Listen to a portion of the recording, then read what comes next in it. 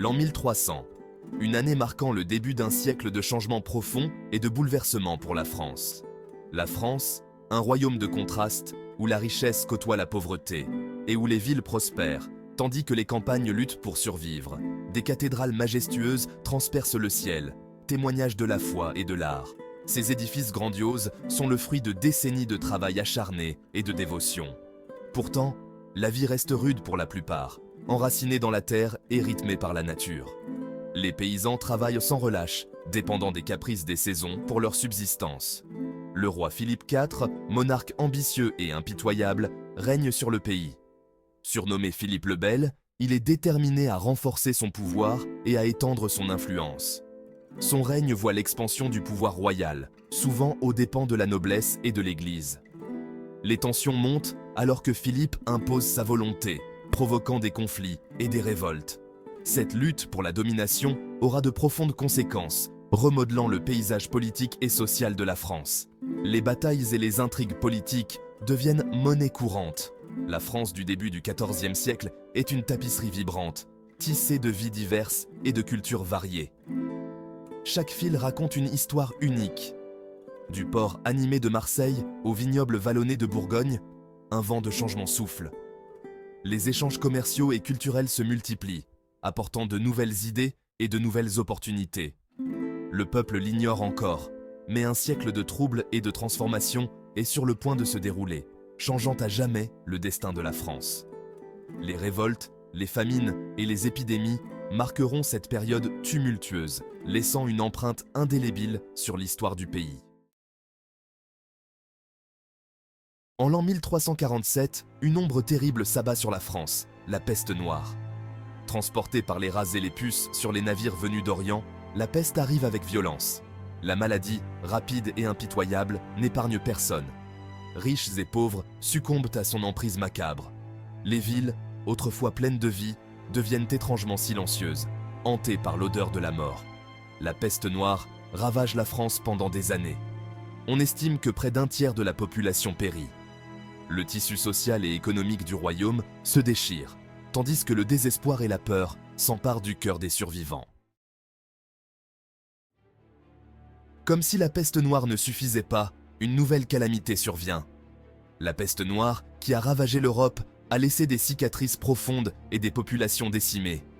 Les villages sont en ruine, les champs abandonnés et la peur règne partout. Mais ce n'est que le début des malheurs pour le continent. En 1337, la guerre de 100 ans éclate entre la France et l'Angleterre. Ce conflit, qui durera plus d'un siècle, est déclenché par des revendications territoriales et des ambitions dynastiques. Les deux nations se préparent à un affrontement qui changera le cours de l'histoire européenne. L'enjeu est de taille, le trône de France lui-même, revendiqué par le roi d'Angleterre, Édouard III. Édouard III, avec ses prétentions au trône français, défie la légitimité des Valois, la dynastie régnante en France. Les discussions diplomatiques échouent et la guerre devient inévitable. Ce qui commence comme une querelle de succession se transforme en un conflit brutal qui durera des générations. Les batailles sanglantes et les sièges interminables deviennent monnaie courante et les deux royaumes s'enfoncent dans une guerre totale. La France, affaiblie par la peste et les divisions internes, lutte pour repousser les envahisseurs anglais. Les seigneurs français sont divisés et les querelles internes affaiblissent la résistance contre les forces anglaises bien organisées. Les défaites de Crécy en 1346 et de Poitiers en 1356 révèlent la vulnérabilité de la puissante armée française. Les archers anglais, avec leurs redoutables arcs longs, déciment les chevaliers français, changeant la nature de la guerre médiévale. La capture du roi Jean II le Bon à Poitiers provoque une onde de choc en France, laissant le royaume sous le choc. La capture du roi par les Anglais est un coup dur pour la France, plongeant le pays dans une crise politique et morale profonde. Le peuple français, déjà éprouvé par la guerre et la peste, doit maintenant faire face à l'incertitude et au chaos. Malgré les épreuves incessantes auxquelles ils sont confrontés, le peuple français fait preuve d'une résilience remarquable. Les paysans, les artisans et les villageois continuent de travailler dur, malgré les difficultés qui se dressent devant eux. Leur détermination et leur esprit communautaire les aident à surmonter les défis quotidiens. Au milieu des ruines de la guerre et de la peste, des lueurs d'espoir apparaissent. Les villages commencent à se reconstruire et la nature reprend ses droits. Les champs autrefois abandonnés sont à nouveau cultivés et la vie reprend peu à peu son cours. La dévastation de la peste noire, bien qu'horrible, entraîne des changements inattendus. La population réduite force la société à s'adapter et de nouvelles opportunités émergent pour ceux qui survivent. Les structures sociales et économiques commencent à évoluer. Avec la réduction de la main-d'œuvre, les paysans sont plus demandés. Leur travail devient essentiel pour la survie des communautés et ils gagnent en importance et en respect. Les terres sont redistribuées et les conditions de vie des paysans s'améliorent progressivement.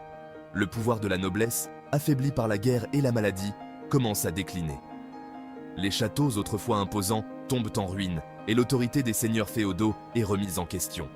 La société se transforme et de nouvelles dynamiques de pouvoir émergent.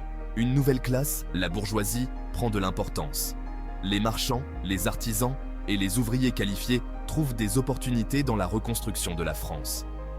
Ils jouent un rôle crucial dans la revitalisation de l'économie et la modernisation des infrastructures. Et les ouvriers qualifiés trouvent des opportunités dans la reconstruction de la France. Leur expertise et leur savoir-faire sont indispensables pour rebâtir les villes et les villages détruits. Les nouvelles technologies et méthodes de travail améliorent l'efficacité et la productivité. Leur influence grandissante va modifier à jamais le paysage social du royaume. La montée de la bourgeoisie marque le début d'une nouvelle ère, où le pouvoir et la richesse ne sont plus exclusivement entre les mains de la noblesse. La société française se diversifie et se complexifie, ouvrant la voie à de futures transformations.